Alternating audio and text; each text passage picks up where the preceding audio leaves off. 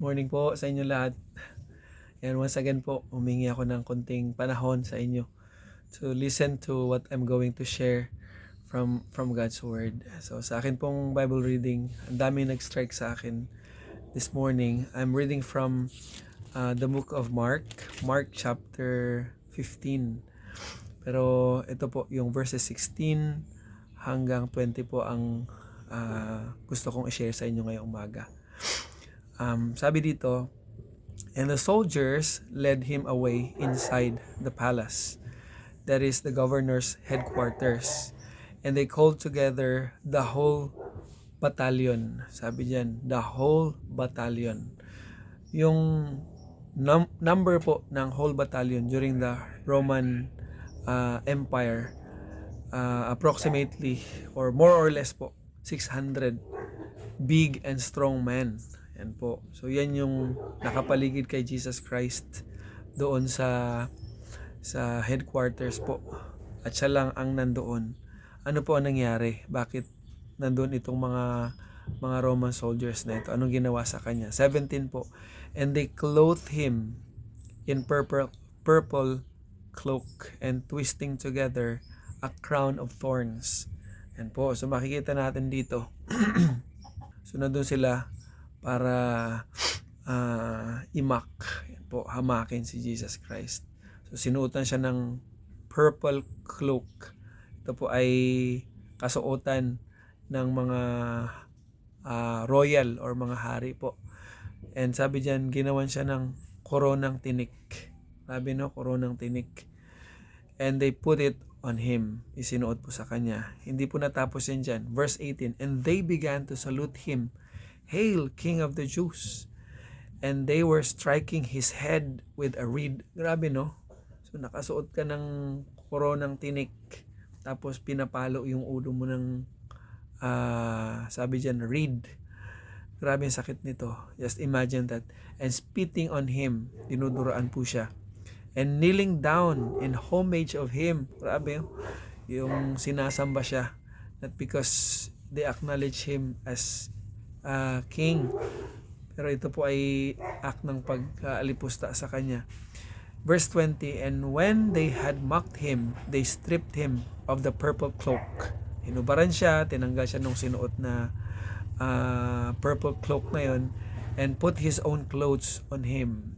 Yan, sinuotan ulit siya, and they led him out to crucify him. Grabe yung dinanas ni Jesus Christ dito. So sa akin pong meditation this morning, ginamit ko po yung space pets at yung letter S po sa dulo. Ang nakita ko pong bagay dito para sa akin po, something to praise and thank God for. So bakit po something to praise and thank God for? Dito po nakita ko that Jesus Christ endured the pain of brutality and the mocking of these soldiers to save me from the penalty of my sins. Yan po no. Talagang tiniis ito ni Jesus Christ para ligtas tayo sa ating mga kasalanan. Yung ganitong bagay po, it is yung pakiramdam ko kanina habang binabasa ko, it is really talagang mayroon siyang it really cuts my heart and it really strikes me na makita po, ma-remind ng ganitong mga bagay na ito dinadanas ni Jesus Christ, not because he sinned. Actually tayo po yung nagkasala. Si Jesus Christ po, he lived the perfect life. He lived perfectly. Pinerfect niya po yung law, yung pagsunod sa mga kautusan. Ginawa niya ito kasi kinakailangan niya pong kinakailangan pong bayaran, at ito po yung ating mga kasalanan. So si Jesus Christ po, he lived the life we could never live and pay the debt we could never pay. Kaya it is really mind-blowing po just to think of this pain that Jesus Christ suffered on our behalf. Ngayon po, Dito po habang tinitingnan ko po yung senaryo na ito, nakita ko rin po that there is so much love, mercy, grace, holiness, and justice served. Yan po, nakita natin dito yung character po ng ating Panginoon na ipakita po ng husto dito. Something that we don't deserve from the one we offended. Tandaan po natin, yung ating mga kasalanan, ang offend po dito ay ang Panginoon. Pero makikita po natin na si Jesus Christ na ating Panginoon, being offended, siya rin po mismo yung nagbigay ng kanyang sarili para po mapawi, para po i-absorb yung wrath na dapat po nating tanggapin, na dapat po nating ma-experience. Actually, we deserve the wrath of God. We deserve to be doomed. We deserve the punishment of hell.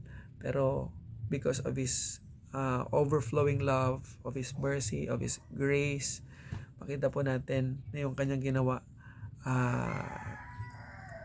talagang yung tinatawag po na He willingly put Himself on our behalf po. Naging substitute siya para sa atin.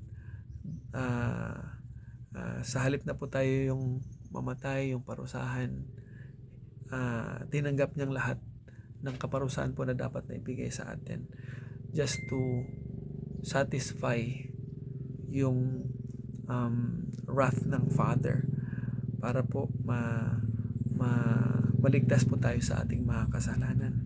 So yung response po na dapat nating ibigay sa ginawa ni Jesus Christ, sabi po ng John 3:16, "For God so loved the world that He gave His only begotten Son, that whoever believes in Him should not perish but have everlasting life." Ayaw po ng Diyos na mapahamak ang tao, kaya ginawa niya ang lahat ng ito.